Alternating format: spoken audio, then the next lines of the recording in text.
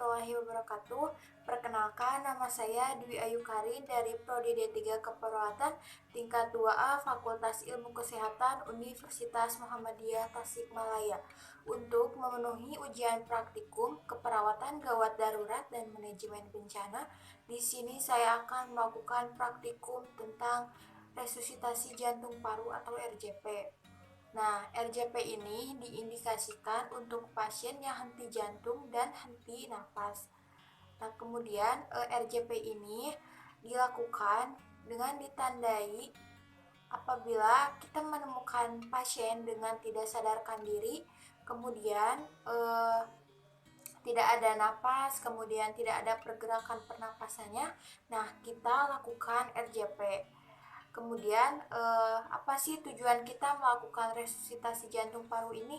Nah, tujuannya yaitu untuk mencegah berhentinya sirkulasi atau berhentinya pernapasan. Nah, untuk pengkajiannya yaitu DRCAB, Dangerous Response, Circulation, Airway, dan Breathing. Langsung saja saya akan mempraktekkan tentang resusitasi jantung paru. Nah, setting tempatnya yaitu pre-hospital atau di luar rumah sakit. Alat-alat yang harus disiapkan, yang pertama ada hand sanitizer, yang kedua ada handscoon, yang ketiga ada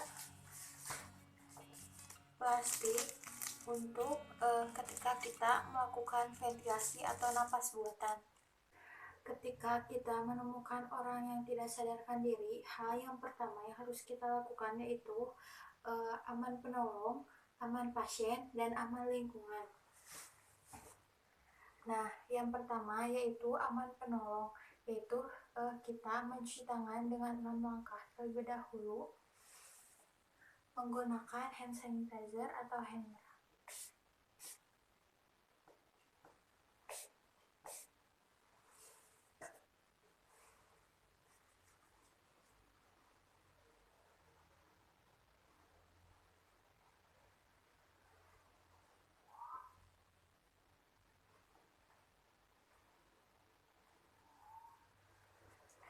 Setelah itu kita memakai handscoon.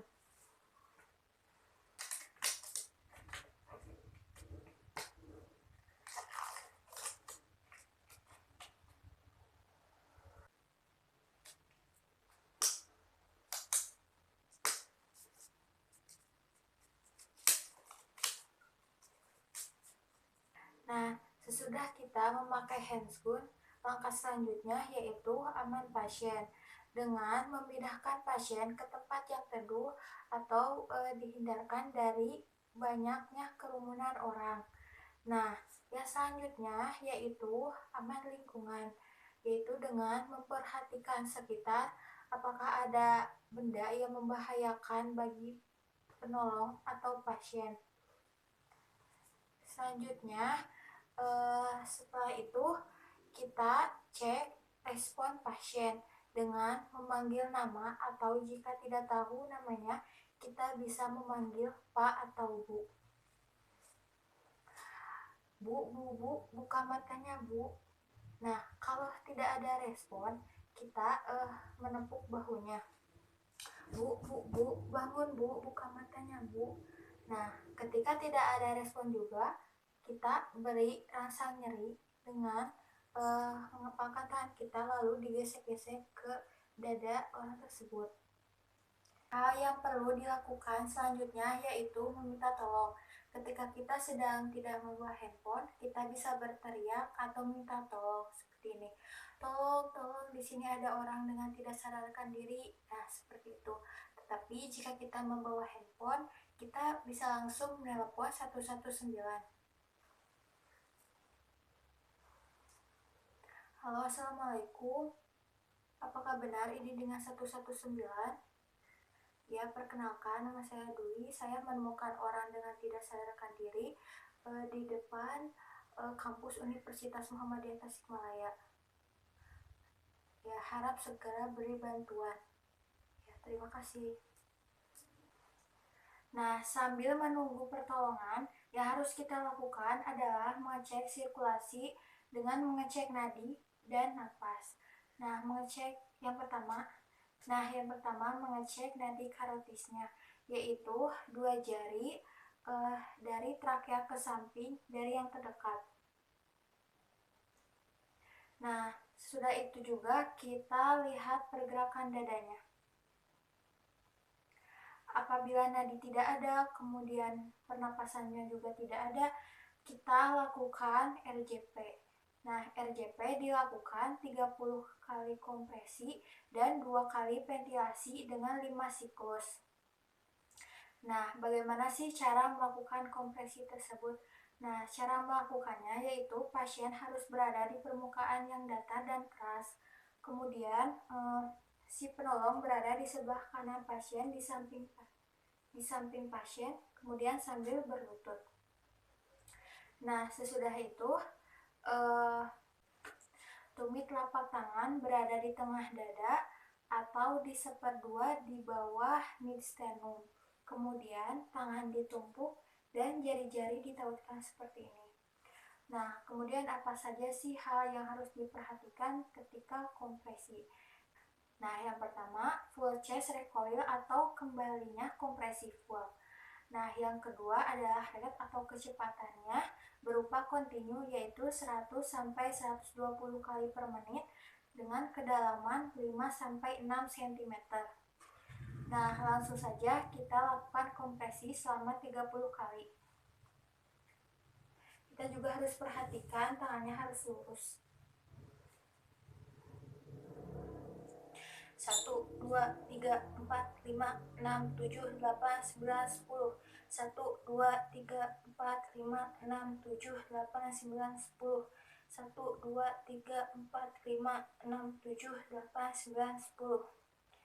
Ketika kita sudah melakukan kompresi, yang selanjutnya adalah mengecek airway. Nah, mengecek airway ini ada 2 tahap, yaitu membuka jalan napas dan membersihkan jalan napas. Nah, kita lakukan dengan head tilt chin lift dengan menengadahkan kepala dan mengangkat dagu. Seperti ini. Lihat apakah ada benda asing yang masuk atau tidak. Nah, sesudah mengecek airway, kita lakukan 2 ventilasi.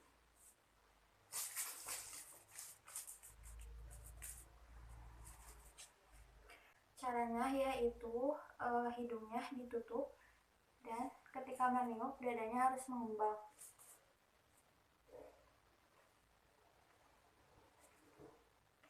Nah, sesudah kita melakukan 2 ventilasi, kita evaluasi lagi selama 2 menit.